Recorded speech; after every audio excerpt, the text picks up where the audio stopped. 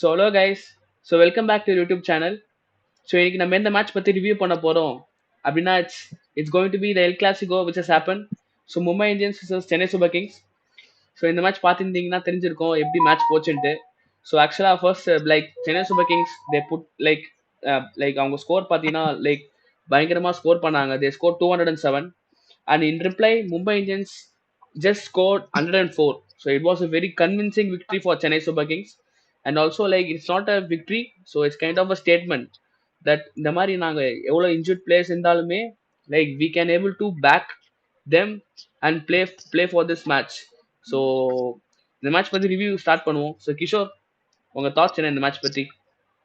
ரொம்ப சந்தோஷத்துல இருக்கிறேன். ஆஃப்டர் லாங் டைம் வந்து சிஎஸ்கே இந்த மாதிரி ஒரு டெமாலிஷிங் ஒரு கிளீன் பண்ணிட்டாங்க. மும்பை இந்தியன்ஸ் வந்து எங்கேயுமே கேம்ல ஸ்டார்டிங்ல இருந்தும் சரி எண்டிங்ல எங்கேயுமே அவங்க வரதுக்கான ஒரு சான்ஸ் கூட இல்லை. போலிங் வந்து அவ்வளவு சூப்பரா இருந்துச்சு. பேட்டிங் நம்ம அது பேசலாம் பின்னாடி. பட் இது வந்து ஒரு போலிங் ஃபீல்டிங் சைடு வந்து பாத்தீங்கன்னா ரொம்ப ஃபர்ஸ்ட் கிளாஸா இருந்தது. ஸோ ஆக்சுவலா நீ சொன்ன மாதிரி பாத்தீங்கன்னா சிஎஸ்கே வந்துட்டு ஹையஸ்ட் ரன்ல வந்துட்டு இந்த மேட்ச் தான் லைக் வின் பண்ணிருக்காங்க. So 103 runs. ஸோ இதுக்கு முன்னாடி வந்துட்டு இந்த அளவுக்கு ரன் டிஃபரன்ஸ்ல ஜெயிச்சதே கிடையாதான். So it is a first time. So இது வந்துட்டு ஆக்சுவலா வந்துட்டு ஒரு நல்ல match for Chennai Super Kings. So next வந்துட்டு நம்ம அப்படியே படிப்படியாக நம்ம மேட்ச்குள்ள போவோம். ஸோ ஆக்சுவலா நம்ம first what are the things that Chennai Super Kings இந்த மேட்ச் நல்லா பண்ணாங்க compared to other matches. So என்னென்னலாம் சொல்லுவேன் நீ? ஃபர்ஸ்ட் இன்டென்ட் வந்த பால்ல இருந்து எல்லாருமே அடிக்க தான் போனாங்க. ஓகேங்களா? ஒரு சைடு வந்து சஞ்சு என்னன்னா நின்னாரம் நிக்கலையோ அது அப்பாற்பட்ட விஷயம். எல்லாருமே வந்து அவங்களோட இன்டென்ட்டை காட்டினாங்க. அந்த பால்ல இருந்து அடிக்க போறது அந்த இன்டென்ட் வந்து ரொம்ப கிளியரா இருக்கு. எனக்கு தெரிஞ்சு அந்த போன வருஷத்துல இருந்து அந்த இன்டென்ட் வந்து நல்லா கீப் அப் பண்ணிட்டு வராங்க அவங்க. இன்னொன்னு பாத்தீங்கன்னா சஞ்சு பேட்டிங். ருத்ராஜ் ஃபெயில் ஆயிட்டு கேப்டனா இருக்கிற அவரு ஃபெயில் ஆயிட்டோன்னு இவரு அந்த பொறுப்பு எடுத்து ஆடினாரு. அவரை சுத்தி எல்லாம் ஆட வச்சாரு. அது ஒரு ஒன்றரை கிளாஸ் தான் இருந்தது. அதான். ஸோ ஆக்சுவலா வந்துட்டு நீ சொன்ன பாயிண்ட் வந்துட்டு நீ ஒன்று சொன்ன லைக் சஞ்சு சுத்தி தான் எல்லாருமே ஆடினாங்கன்ட்டு. ஸோ அது ஆக்சுவலா வந்து பாத்தீங்கன்னா சஞ்சு சாம்சனுக்கு வந்து ஒரு ப்ரெஷர் ஆட் ஆயிருக்கும். நம்ம கேம் ஆட முடியல. ஏன்னா அவர் வந்துட்டு ஸ்டார்டிங்ல வந்து ஒரு 30 பால்ஸ்ல 50 அடிச்சிட்டாரு. 30 பால்ஸ்ல ஒரு 25 பால்ஸ்ல அடிச்சிட்டாரு.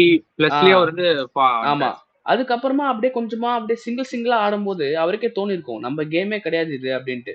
பட் ஆனா அவர் வந்து அந்த எக்ஸ்பீரியன்ஸ் ஆன ஒரு பர்சன்னால நல்லா பொறுப்பு எடுத்து ஓகே நம்ம அவுட் ஆனா கண்டிப்பா பெரிய ட்ரபிள் ஆயிடும்.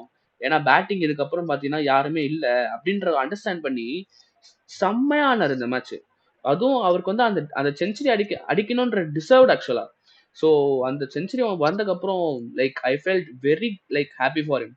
ஏன்னா நான் லைக் அந்த லாஸ்ட் ஓவர் கூட பார்த்துருப்பேன். ஃபர்ஸ்ட் பால் 6 வந்துடும். அதுக்கப்புறம் 2 பால் டாட் ஆயிடும். என்னடா அது இதுக்கப்புறம் வராது போல அப்படின்னு பார்த்தா கடைசியில ஒரு 4 அடிச்சு செஞ்சுரி கொண்டு வருவாரு. So this innings like mind blowing for me. சூப்பரா இருந்துச்சு. அண்ட் வேற என்ன நினைக்கிறேன் பவுலிங் பத்தி? பவுலிங் வருவோம். ஸோ என்ன நினைக்கிறேன் பவுலிங் பத்தி? கியூடாக் இன்னைக்கு இல்ல, அவர் வந்து மேத்யூ ஷாட் ஆடுவாரு.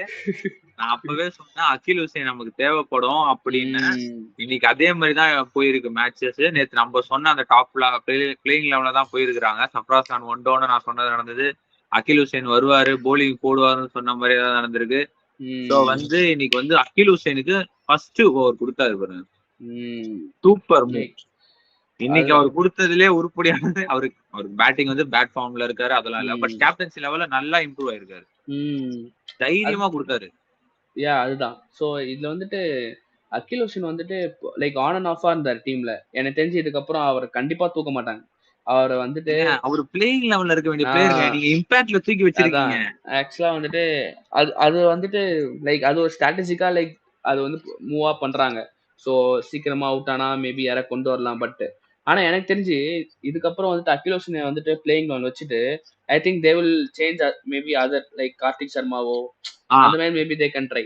ஸோ அது மாதிரி எனக்கு அகில் ஹுசைன் வந்துட்டு இந்த மேட்ச் நல்லா பெர்ஃபார்ம் பண்ணானா அந்த போல்ட் நீ பாத்தியான்னு தெரியல நமந்துருது. அவர் வந்துட்டு மிடில்ல அது அப்படியே டிங்குன்னு எடுத்துட்டு போச்சு. நமந்தர் வந்துட்டு ஆக்சுவலா ஒரு செகண்ட் கப் தான் ரியலைஸ் பண்றாரு, என்னடா இது நான் பால தானே விட்டேன், எதுக்கு இப்படி கத்துறானுங்க அப்படின்னு பார்த்தா பின்னாடி பார்த்தா போல்டு. ஸோ அந்த மாதிரி ஒரு சுச்சுவேஷன் ஆயிடுச்சு நமந்திருக்கு. And yeah so Akeal Hosein and also Noor Ahmad. அவர் என்ன அவரு எப்படி உனக்கு எப்படி தோணுச்சு ஆக்சுவலா ஃபர்ஸ்ட் அவர் நல்லா விக்கெட்? ஆக்சுவலா வந்து இன்னைக்கு அதான் நம்ம சேப்பாக் மேட்ச் நம்ம பார்க்கும் போதும் இந்த மேட்ச் பார்க்கும் போதும் 2 பேர் ஒண்ணுதான். அதுல வந்து என்ன பண்ணிருப்பாங்க, நூர் அகமத் வந்து விக்கெட் எடுக்க போயிருப்பாரு, அகில் ஹுசைன் டிஃபென்ஸ்ல போயிருப்பாரு. இது அப்படியே ஆப்போசிட். அகில் ஹுசைன் நல்லா போட்டு விக்கெட் நல்லா தூக்கி போட்டு விக்கெட் எடுத்தாரு. இவர் நல்லா போட்டிருந்தாரு. பட் அந்த ருத்தர்ஃபோர்ட் விக்கெட் அதெல்லாம் வந்துட்டு அதான் நல்லா அதுக்கு முந்தின பால் எல்லாமே நல்லா உள்ள போட்டிருந்தாரு திலக் வர்மாக்கு. ஹர்திக் பாண்டியாவுக்கும் வந்து நல்லா ஃபிளைட் பண்ணி அவரு பேட்டிங் ஆடுற சைட்ல இருந்து போட்டு அக்ராஸ் ஆட விட்டாரு. ருத்தர்ஃபோர்டுக்கு வந்து என்ன பண்ணாருன்னா நல்லா வெளியே தூக்கி போட்டாரு, நீ ரீச் பண்ணி ஆடி. அந்த யோசிச்சு போட்டதெல்லாம் சூப்பரா இருந்துச்சு இன்னைக்கு. நெக்ஸ்ட் அவங்களுக்கு முகேஷ் சௌத்ரிக்கு சொல்லி ஆகணும். ஆக்சுவலா முகேஷ் சௌத்ரி வந்துட்டு சொல்லி ஆகணும். Like is mother passed away, அவங்க அம்மா வந்து இறந்துட்டாங்க. ஸோ அவர் வந்துட்டு அந்த ஃபியூனல் அட்டன் பண்ணிட்டு and again he came back within 2 days. அவர் டீமுக்கு தேவை அப்படின்னு தெரிஞ்சு இந்த மேட்ச் வந்து ஆடி கொடுத்துட்டு போயிருக்காரு. ஸோ அது வந்து ஆக்சுவலாக huge respect for him. So I need to we also need to give respect for that. And அவர் டிகாக் விக்கெட் அவர் தூக்குனாரு. அந்த செலிப்ரேஷன் வந்து சூப்பராக இருந்துச்சு பார்க்கும்போது. Like he prayed like for his mother in the heaven. So நல்லா இருந்துச்சு. நீங்க கூட நேத்து சொல்லிருந்தீங்க குவிண்டன் டிகாக் தான் த்ரெட்டா இருப்பாரு, அவர் விக்கெட் எடுத்துட்டாரு. அவ்வளவுதான், டிகாக்க தூக்குனாங்க. அப்பவே அங்கேயே கொஞ்சம் இதுவாயிடுச்சு. அண்ட் நமந்தர் அப்படியே லைனா அப்படியே கொலாப்ஸ் வந்துட்டாங்க. யா ஸோ நம்ம சிஎஸ்கே பத்தி பேசியாச்சு. ஸோ நம்ம மும்பை இந்தியன்ஸ் பக்கம் வருவோம். ஸோ ஆக்சுவலா எனக்கு கொஞ்சம் மும்பை இந்தியன்ஸ் பார்க்கும்போது கொஞ்சம் சேடா தான் இருக்கு. அவங்களோட பவுலிங் ஒரு டாப் டீமுங்க. ஒரு ஆன் பேப்பர் நீங்க எடுத்தீங்கன்னா டாப் டீம். அவங்க எப்படி ஃபெயில் ஆகுறாங்கன்னா எனக்கும் தெரியல. இப்போ இன்கேஸ் ரோஹித் சர்மா வந்து இருந்தாருன்னு வச்சுக்கோங்களேன், உங்களுக்கு பவர் பிளே ஒரு 50+ ஆர் 1 அந்த மாதிரி வந்துருக்கும். அதுக்கப்புறம் ஏன் ஆட மாட்டாங்க? மிடில் ஆர்டர் சூரியகுமார் யாதவ் ஃபார்ம்ல இல்ல, எல்லா பிரஷர் திலக் வர்மா மேல இன்னைக்கு போச்சு. அவரு அடிக்கு போய் தான் அவுட் ஆனாரு. அவரு நல்லா இந்த இன்சைட் எட்ஜ் தான் அவருக்கும். அடுத்த வந்து ஹர்திக் பாண்டியா கொஞ்சம் மெச்சூரிட்டியா ஆடி இருக்கும். ரன் ரேட் அதிகமா தான் இருக்கு அவர், ஆனா ரன் ரேட் எல்லாம் நல்லா 6 அடிக்கிற வேண்டிய பிளேயர் தான். பார்த்து ஆடி இருக்கலாம். எனக்கு அவ்வளவுதான் நான் சொல்ல தோணுது. எனக்கு கரெக்ட் தான்.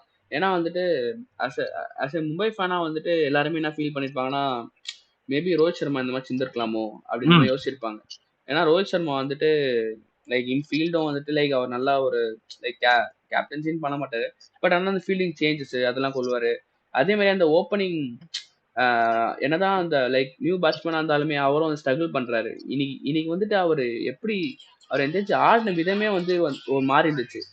ஸோ அதுலயே அவர் வந்து லைக் டீம் பிரஷர்ல ஆடுற மாதிரி தாங்க இருக்கு எனக்கு பார்க்கும்போது. ஸோ ஆக்சுவலா அதுவே வந்துட்டு எனக்கு என்னமோ அவர் நல்லா லைக் அவர் இன்னும் மேபி அவர் டைம் தரணும் தான்.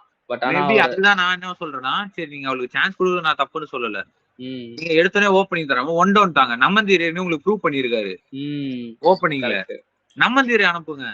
ஏன் நீங்க இன்னும் இவர் சொல்றீங்க? நமந்தீர் உங்களுக்கு ப்ரூவ் பண்ண பேட்ஸ்மேன் இருக்கும் போது நீங்க இவர் அனுப்புறீங்க? எனக்கு அதுதான் புரியல. யா ஸோ ஆக்சுவலா வந்துட்டு அந்த ஃபர்ஸ்ட் 3 விக்கெட் விழும் போதே எனக்கு தெரிஞ்சு திலக் வர்மா அண்ட் சூரியகுமார் அது மேல செம ப்ரெஷர் ஆயிடுச்சு. ஸோ அதுவே வந்துட்டு அவங்களுக்கு கொஞ்சம் இதுவாக தான் இருந்திருக்கும். அண்ட் லைக் பாண்டியா ஃபர்ஸ்ட் வந்த உடனே எதுக்கு அந்த பால் அவர் அப்படி ஆடினாருன்னு புரியல. பட் ஆனால் அந்த ப்ரெஷர் இருந்திருக்கும் தான் அவருக்கும். லைக் மோர் தென் 14 to 15 போயிடுச்சு. அண்ட் ஸ்கை ஆடின ஆட்டம் வந்துட்டு என்னமோ எனக்கு தெரிஞ்சு ஸ்கை பழைய ஸ்கை மாதிரி ஆடலங்க நினைக்கிறேன். ஃபார்ம்லே இல்லைங்க அவருக்கு. பால் அந்த பழைய ஸ்கை மாதிரி வந்தோடனே அது பின்னாடி அடிப்பாருங்க. நீங்க ஆட பாக்குறாரு, கையில வாங்குறாரு.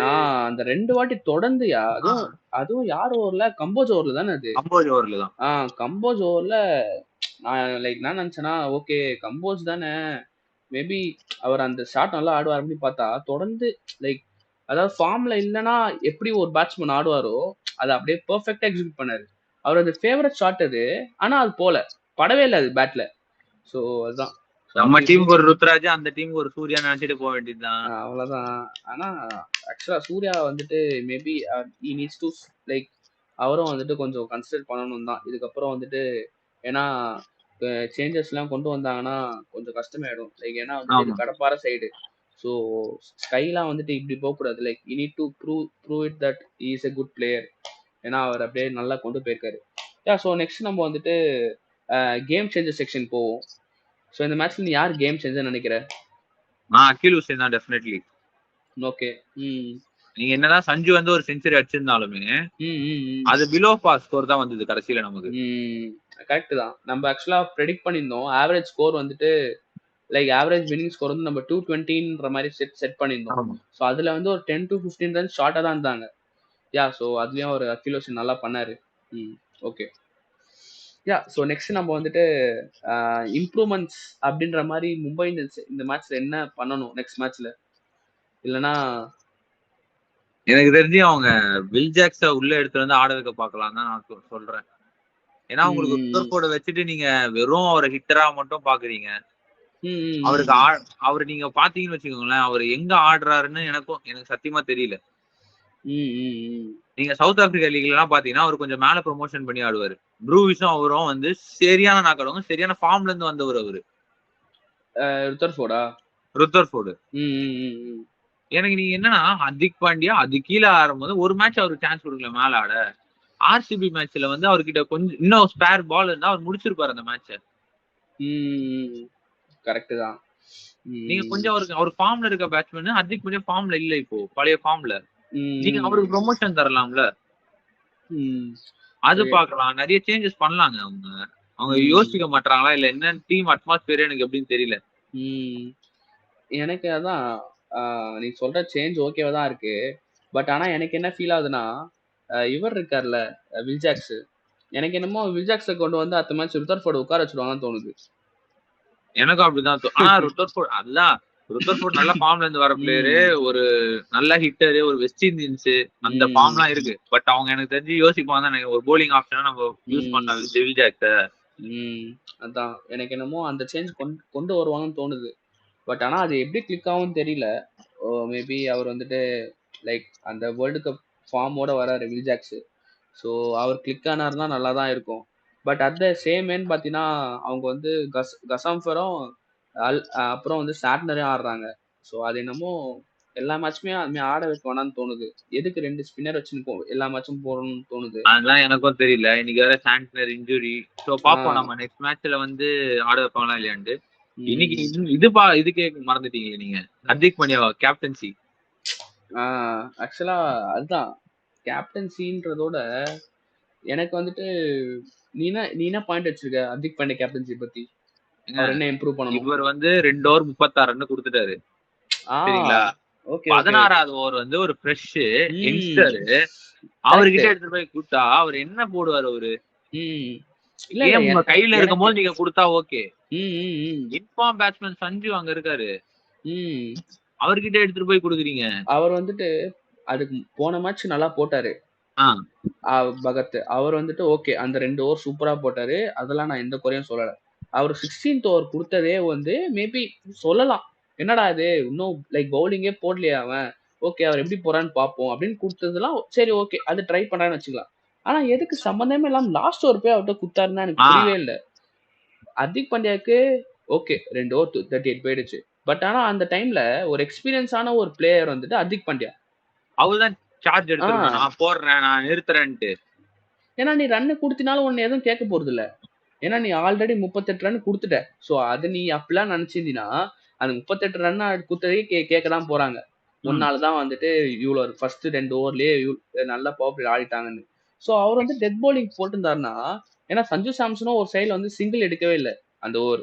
ஸோ அவர் நறுக்குன்னு யாக்கரு அந்த லென்த்லயே போட்டிருந்தாருன்னா சஞ்சு சாம்சன் கண்டிப்பா கஷ்டப்பட்டிருப்பாரு அந்த மேட்ச். அந்த இதுல அண்ட் அதனால வந்து சென்னை சூப்பர் கிங்ஸ்க்கு ஒரு மொமெண்டமும் கிடைச்சது. செஞ்சுரியோட ஒருத்தர் போனாரு, மொமெண்டம் கிடைச்சிருக்காது. நான் 200 கீழே வந்திருக்கோம், இவங்களுக்கு டார்கெட்டா தெரிஞ்சிருக்கும். ஸோ இதெல்லாம் வந்துட்டு ஒரு இம்ப்ரூவ்மெண்ட்ஸா தான் கன்சிடர் பண்ணும் மும்பை இந்தியன்ஸ். ஏன்னா வந்துட்டு இதெல்லாம் வந்துட்டு அவங்க பார்க்கல, ஏன்னா க்ரூஷியல் மொமெண்ட் அது. ஸோ மேட்ச் சேஞ்சிங் மொமெண்ட்டே அங்கதான் நான் சொல்லுவேன். நம்ம கையில கொடுத்துட்டாங்க அவங்க எடுத்து, நாங்கப்பா நீங்களே வச்சுக்கோங்க. அப்புறம் நம்ம ஆளுங்க உருவானுங்களா, அகில் ஹுசேனை கொண்டு வந்தானுங்க ஸ்கெட்ச் போட்டு லைக் கிட்டத்தட்ட மேட்ச் அங்கேயே முடிச்சாச்சு பவர் பிளேல. நேத்து நான் சொன்ன மாதிரி தான் ஒரு டாஸ் வின் பண்ண தேவையில்ல, அவங்க என்ன கொடுக்குறாங்களோ இவர் பண்ணிட்டோம், நல்லா போயிட்டு இருக்கு. அடுத்த மேட்ச் நம்ம டிடியோட பாப்போம். எனக்கு தெரிஞ்சு இப்படியே போச்சுன்னா நல்லா தான் இருக்கும். அண்ட் ரிவர்ஸ் ஃபிக்சரும் வருது மும்பை கூட. ஸோ அதுலயும் வந்துட்டு ஒரு கம்பேக் லைக் அதுலயும் ஜெயிச்சிட்டோம்னா like Chennai will be in one safe position. ஒரு மேட்ச் உள்ள 2 மேட்சும் தோக்கலாம். ஸோ நெக்ஸ்ட் 2 மேட்ச் வந்து ஹோம் கிரவுண்ட்ல. ஸோ அது ரெண்டுமே ஹோம் அட்வான்டேஜ் நம்ம யூஸ் பண்ணி தான் ஆகணும். இதே மாதிரி இதே ஸ்பின்னர் அட்டாக்கோட போனீங்கன்னா சுருட்டிட்டு 2 பாயிண்ட் எடுத்து பாக்கெட் உள்ள போட்டு வந்து நேர்ந்துடலாம் கண்டிப்பா. ஸோ நம்ம இந்த மேட்ச் பத்தி முக்காவாசி எல்லாம் பேசியாச்சுன்னு நினைக்கிறேன். உனக்கு ஏதாச்சும் இருக்கா பேச? இல்ல எனக்கு என்ன பேசுறதுக்குலாம் சப்ராஸ் கான் வந்து இன்னும் கொஞ்சம் எடுத்துட்டு போலாம். டூபேயும் எனக்கு தெரிஞ்சு பெரிய ஃபார்ம்ல இல்ல, இந்த சப்ராஸ் கான் ஃபார்ம்ல இருக்காரு. அவர் கொஞ்சம் எடுத்துட்டு போலாம். பவர் பிளே தாண்டர் அடிக்கும் போது விக்கெட் விடாம இருக்கணும். அவ்வளவுதான் நான் சொல்ற பாயிண்ட். பவர் பிளேக்கு அப்புறம் அவர் எப்படினாலும் அவுட் ஆயிடுவாரு எனக்கு கான்பிடன்ட் இருக்குது. அவர்கிட்ட இருந்து ஒரு பவர் பிளே வரைக்கும் விக்கெட் விடாம அது 2 விக்கெட் இல்லாம 1 விக்கெட் காலம் எப்படினாலும் சஞ்சு எய்தர் ருத்ராஜ் அந்த மாதிரி எடுத்துட்டு போனா நல்லா இருக்கும். கரெக்ட் தான். ஸோ லைக் பார்ப்போம் நம்ம நெக்ஸ்ட் மேட்ச் என்ன ஆகுதுன்ட்டு. ஏன்னா இந்த match okay. So next match வந்துட்டு பார்ப்போம். ஸோ நம்ம நெக்ஸ்ட் மேட்ச் போலாம். So next match like it's going to be the preview of RCB taking on Gujarat Titans. So இது மேட்ச் நம்பர் 34. ஸோ இந்த மேட்ச் பத்தி இனிஷியல் தாட்ஸ் என்ன? நான் நினைக்கிறேன் இந்த மேட்ச் பத்தி இனிஷியல் தாட் ஆப்போசிட்ல ஆடுறவங்க பேரு டோனிமான்ற மாதிரி கடப்பார டீமா இருக்கிறாங்க RCB. அவங்களுக்கு எந்த இது எடுத்தாலும் டிக்கெட் இருக்கிறதுனால நம்ம ஒன் சைடர் கேமா தான் இருக்கும் நான் யோசிக்கிறேன். ஒன் சைடு லைக் அண்ட் அது வந்துட்டு ஹோம் கிரவுண்ட் மேட்ச் வேற. ஸோ RCBக்கு அண்ட் இது வந்துட்டு RCB லைக் சின்னசாமி வந்து லாஸ்ட் மேட்ச் அதான். அதுக்கப்புறம் 2 மேட்ச் இங்க போறாங்க. ஸோ ஆக்சுவலா எனக்கு என்னமோ வந்துட்டு அந்த ஹோம் சப்போர்ட் வந்துட்டு ரொம்ப இதுவா இருக்கு, இன்டென்ஸா இருக்கும்னு தோணுது. அண்ட் ஸோ நெக்ஸ்ட் வந்துட்டு நம்ம இந்த மேட்சோட ஸ்கோர் ப்ரெடிக்ஷன் பத்தி போலாம். இந்த மேட்ச் பிட்ச் பத்தி என்ன நினைக்கிறேன்? எவ்வளவு அடிச்சா பேட்டிங் ஃபர்ஸ்ட் ஆற டீம் கம்ஃபர்டபிளா ஜெயிக்கலாம்னு நினைக்கிறேன்? எனக்கு தெரிஞ்ச சின்னசாமியை பொறுத்த வரைக்கும் நீங்க கால்குலேட்டா இவ்வளோன்னு சொல்ற மாதிரி எனக்கு தெரியல. இந்த பிட்சை பார்த்தா 220 240 கிட்ட போயிடணும். விக்கெட்ஸ் எடுக்க பாக்கணும் எனக்கு தெரிஞ்சு. ஏன்னா பேட்ஸ்மேன் செட் ஆயிட்டாருன்னா புரிஞ்சுதான் எனக்கு தெரிஞ்சு கதை. எனக்கு அதான் 240 ஓகேன்னு சொல்றியா? ஆவரேஜா எவ்வளவு சொல்ற? 240 கன்ஃபார்ம் அடிக்கும். 220 to 240 அதுக்குள்ள என்ன மார்ஜினலாம் போடலாம். ஒரு 220 மேபி ஆவரேஜ்னு சொல்லலாம் இந்த பிட்ச்ல. அண்ட் 240லாம் அடிச்சினா எனக்கு தெரிஞ்சு 95% ஜெயிச்சிடலாம் ஃபர்ஸ்ட் பேட்டிங் ஆற டீம். அண்ட் இந்த IPL பாத்தீங்கன்னா லைக் ஃபர்ஸ்ட் பேட்டிங் ஆற டீம் வந்துட்டு எனக்கு ஜெயிக்குது கம்ஃபர்டபுளா. அது இப்போதான் லைக் ரீசெண்டான ட்ரெண்ட்ஸா போயிட்டு இருக்கு. ஸோ நம்ம நெக்ஸ்ட் வந்துட்டு பிளேயிங் 11 வருவோம். ஸோ RCB பக்கம் ஃபர்ஸ்ட் GT பக்கம் போவோம். GT என்ன நினைக்கிறேன்? Like they need to do any like changes to their playing 11. எனக்கு சேஞ்சஸ் வைஸ் பாத்தீங்கன்னா அவங்க மிடில் கிளென் பிலிப்ஸை உட்கார வச்சு ஜேசன் ஹோல்டர் ஆடலாம். ஜேசன் ஹோல்டர் வந்து ஒரு ஃப்ளோட்டருங்க, உங்களுக்கு எங்க இருந்தாலும் ஆடுவார் அவரு. திடீர்னு டாப் 3 சில டைம் கொலாப்ஸ் ஆகுது, சில டைம் கொலாப்ஸ் ஆகல. ஏதர் கொலாப்ஸ் ஆயிடுச்சுன்னா அவர் போய் ஸ்டேபிள் பண்ணி ஆடி இன்னிங்ஸ் எடுத்துட்டு போயிட்டு அந்த சாலிட் பவர் இருக்கு. உங்களுக்கு ஒரு ஓவர் பேஸ் பவுலிங் போடுவாரு. அந்த ஸ்லோவர் ஒன்று வச்சிருக்காரு. அது யாருமே யோசிக்க மாட்டாங்க. ஹோல்டர் ஜேசன் ஹோல்டர் மாதிரி ஒரு தங்கம் அப்படி மறைச்சு வச்சிருக்காங்க. ஆக்சுவலா வந்துட்டு நீ பவுலிங் விட்டுரு, பவுலிங் GT ஸ்ட்ராங்கா தான் இருக்கு. அவனுங்க பேஸ் பவுலர்ஸ்லாம் லைக் நல்லாவே போடக்கூடிய பவுலர்ஸ் தான். பட் எனக்கு என்னமோ அந்த மிடில் ஃபேஸ்ல வந்துட்டு இந்த கேமை கொண்டு போவாங்கல்ல, ஒரு கம்ஃபர்டபிள் ப்ரொஜெக்டட் ஸ்கோருக்கு ஒரு 170 180. சோ அத வந்துட்டு யாருமே பண்ண மாட்டாங்கன்னு தோணுது. இந்த மிடில் அந்த சைடு சப்போர்ட் இல்ல போறதுக்கு. லைக் ரஷித் கான்ன்றதோட ரஷித் கான். சோ அதே மாதிரி இந்த ஃபர்ஸ்ட் அந்த 3 பேர் இருக்காங்க பாத்தியா GTல, அவனுங்க தூக்குனாலே அவ்வளவுதான் கதம் அப்படின்ற மாதிரி தான் இன்னும் அந்த பேட்டிங் லைனப் இருக்கு. சோ அந்த பேட்டிங் லைனப்ப அந்த மாதிரி பண்ணாம மிடில் ஆர்டர்ல ஒருத்தரை வந்து லைக் கம்ஃபர்டபுளா கொண்டு போகணும் அப்படின்ற மாதிரி ஒருத்தர் அவங்க தேடணும். அதுக்குதான் உங்களுக்கு வந்து ஒரு ஜேசன் ஹோல்டர் ஒரு எக்ஸ்பீரியன்ஸ் பேட்ஸ்மேன். இதேதான் வந்து இதே சிமிலாரிட்டி தான் வந்து ஆரா இருக்கு.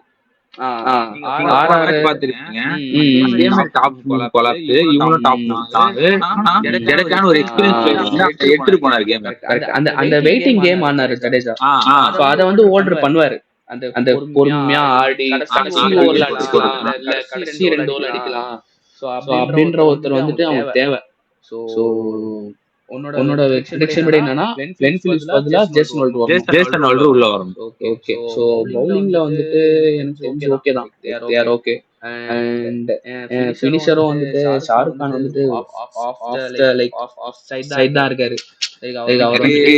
எனக்கும் தெரிஞ்சு ஷாருக் கான் ரொம்ப சீசனா ஒரு பெரிய இன்னிங்ஸ் ஆடின மாதிரி எனக்கு தெரியல. ஆனா 50+ ஸ்கோர் மட்டும் அடிச்சிருக்காரு. அது எப்போன்னு தெரியல எனக்கு. நெக்ஸ்ட் பாத்தீங்கன்னா இன்னொருத்தரும் வந்து தெவாட்டியா, அவரும் பண்றது இல்லாத மாதிரிதான் இருக்கு. ஜிடி வந்து ஆக்ஷன்ல வந்து ரொம்ப இவங்களை நம்பி போயிட்டாங்க, பேரை மட்டும் நம்பி. ஏன்னா நீ டீம் பாத்துன்னு வச்சுக்கோயேன், லைக் வெளியே உட்கார்ந்து எல்லாருமே பவுலர்ஸ் தான் இருக்காங்க. ஆமா, எல்லாருமே வந்துட்டு bowlers. Luke Wood, Sai Kishore, அவர் பவுலிங் ஆடுறாரு, கண்டிப்பா எடுக்க மாட்டாங்க. சோ அந்த லைக் அந்த மிடில் ஆர்டர் பேட்டர்னு பாத்தீங்கன்னா அவங்க டீம்ல கிளென் பிலிப்ஸ் தான் இருக்காரு, லைக் பியூர் பேட்டரா. அதை விட்டினா நீ Jason Holder maybe like bowling allrounder தான், பட் அவர் வந்து கொஞ்சம் எக்ஸ்பீரியன்ஸ் இருக்கனால மேபி அவர் ட்ரை பண்ணலாம். சோ மத்தபடி அவங்க வேற வழி இல்ல, இந்த டாப் 3 தான் நம்பி ஆகும் இந்த டீம். சோ நம்ம பிளேயிங் 11 பத்தி பேசியாச்சு. அண்ட் நெக்ஸ்ட் நம்ம ஆர்சிபி பக்கம் வருவோம். மறந்தாச்சு ஆர்சிபி, மறந்து போயிடுறேன். சோ ஆர்சிபி நான் நினைக்கிறேன் கண்டிப்பா பிளேயிங் 11 பண்ணுவாங்களா சேஞ்ச்? 11 பேரை உரின்னு உரிச்சு குவாலிஃபை ஆகிட்டு அதுக்கப்புறம் தான் அவங்க சேஞ்ச் பண்ணுவாங்கன்னு நினைக்கிறேன். அது வரைக்கும் சாலிடா இதே ஸ்குவாட் வச்சு தான் போறாங்க. ஏன்னா அவங்க பெஞ்ச் பாத்தீங்கன்னா ஸ்ட்ராங்கா தான் இருக்கு எனக்கு தெரிஞ்சு. பேக்கப்புக்கும் சூப்பரா இருக்குங்க. இப்ப தேவ படிக்கல் இன்ஜுரினா உங்களுக்கு வெங்கடேஷ் இருக்கிறான், அப்புறம் பெத்தல் இருக்கிறான், டிகே ஒரு டஃபி, ஜெய்சல்வுட்டுக்கு ரீப்ளேஸ்மெண்ட், அந்த மாதிரி குவாலிட்டியான ரீப்ளேஸ்மெண்ட்டும் இருக்கு. நீங்க பயப்படவே தேவையில்ல. கரெக்ட். சோ நம்ம பிளேயிங் 11ல மாத்த மாட்டோம்னு நினைக்கிறேன். சோ நெக்ஸ்ட் செக்மெண்ட் போலாம். So players to watch out for. So players to watch out ஃபார்ல வந்துட்டு நீ ஆர்சிபிக்கு யாரா சொல்லுவ? இந்த ஆர்சிபி கண்டிப்பா வந்துட்டு இவர் ஆனா ஜெயிச்சிரும்பா அப்படின்னு யார சொல்லுவ? அவங்க எல்லாரும் தாங்க ஆடுறாங்க. பர்டிகுலரா கோலியோட கோலி ஷோ. எல்லாரும் கிங் கோலி நம்பி போறீங்களா? ஆமா, மேட்ச் கிங் கோலி ஆனா ஓகேன்ற. ஓகே. பவுலிங்ல யார சொல்லுவ? ஆர்சிபி வைஸ் பாத்தீங்கன்னா எனக்கு என்னமோ சுயாஷ் போன மேட்ச் நல்லா போடாம இருந்தாரு. இந்த மேட்ச் எனக்கு தெரிஞ்சு கம்பேக் கொடுக்க வாய்ப்பு இருக்கு. அதான் எனக்கு என்னமோ சுயாஷ் வந்துட்டு ஒன்னு அவர் அடிப்பாங்க, இல்லனா விக்கெட் எடுப்பாரு. சோ சின்னசாமின்றதுனால அவர் வந்துட்டு கொஞ்சம் லைக் ஆனந்த் ஒன்னு இந்த சைடு இல்ல அந்த சைடு தான் இருப்பாரு. சோ அது பாப்போம் எப்படின்ட்டு. நான் வந்துட்டு ஏசலோட பேக் பண்றேன் பவுலிங்ல. ஏசலோட் நாளைக்கு வந்து பெர்ஃபார்மன்ஸ் ஆஃப் தி பிளேயரா இருக்கும் பவுலிங்ல. ஆமா, ஆர்சிபி வந்துட்டு first maybe they will back first or I think they can chase also. ஏனா அவங்க எப்படி பார்த்தாலுமே என்ன பண்ணாலுமே அவங்க ஜெயிச்சிருவாங்க மைண்ட் தோணுது. நீங்க வந்து அவங்க எப்படி பிளாக் பண்ணாலும் ஏதாவது சந்தில பூந்து வந்தற டீம் தான்.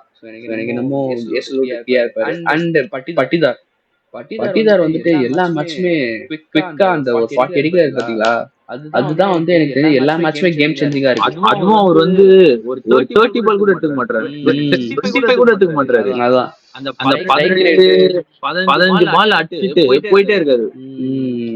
அதான் அந்த ஒரு ஃப்ரீயான ஒரு அவருக்கு அந்த மைண்ட் செட் இருக்கு. ஸோ அவர் கேப்டன் உள்ள போனா நான் பிளேயர் லைக் பேட்ஸ்மேன் அப்படின்ற ஒரு மைண்ட் செட்ல அவர் போறாரு.